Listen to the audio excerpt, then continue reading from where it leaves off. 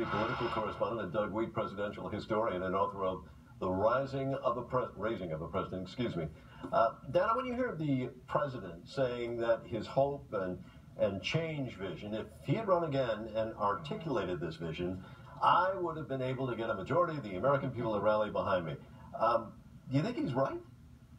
Who knows? I mean, if you look at the data, which, as we know from recent history, is a very dangerous prospect, his approval rating is very, very high. Especially for somebody who has been in office for 2 terms. He certainly does have a different dynamism than Hillary Clinton did. I think even Hillary Clinton admits that she is a better, person at putting her head down and working than campaigning, than the art of campaigning. But I also think that he, I haven't listened to the entire thing, and I've listened to a number of parts of it, but at least the parts that you've played, it seems as though his focus is too much on the whole question of us versus them and, questions of tolerance. This was an economic election, just like every other one was before. Maybe a little bit less so when he won, because it was an anti-war election, but it was an economics election, and it was the people who have been lifelong Democrats, union members in the Midwest, in the Rust Belt, who were drawn towards Donald Trump because they weren't hearing what they wanted to hear on the message and the substance from Hillary Clinton. Was there some tinges of racism? Maybe, but it really wasn't about that. And I think that's the whole point of what everybody who wasn't out there at Trump rallies and out there and looking at data but not talking to people missed. Right, and there's something I found covering many of these, key swing states was that you had voters that when they would basically say, am I better off 4 years later, and many of them felt they were not. Doug, what do you make of President Obama kind of saying, hey, if I could have run for a 3rd term, I would have won?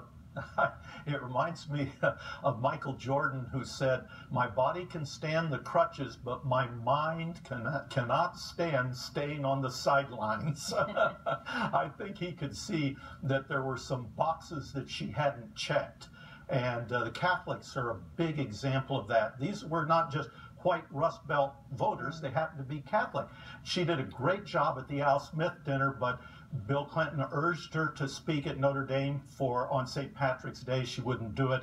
And when the leaked emails came out about this Catholic Spring, that was not discussed widely in the news, but I tell you, that was a hot topic among Catholic bishops across the country. And all she'd had to do is come out and say, no, no, no, we're not doing that. That's wrong. But she didn't check that box, and there were several boxes like that left unchecked, and I think that's what Obama's seeing from the sidelines. All right, well, Doug, keeping with the theme of sort of legacy here, we heard Newt Gingrich, who told Fox News yesterday that President Obama's legacy is, quote, like one of those dolls that as the air comes out of it, it shrinks and shrinks.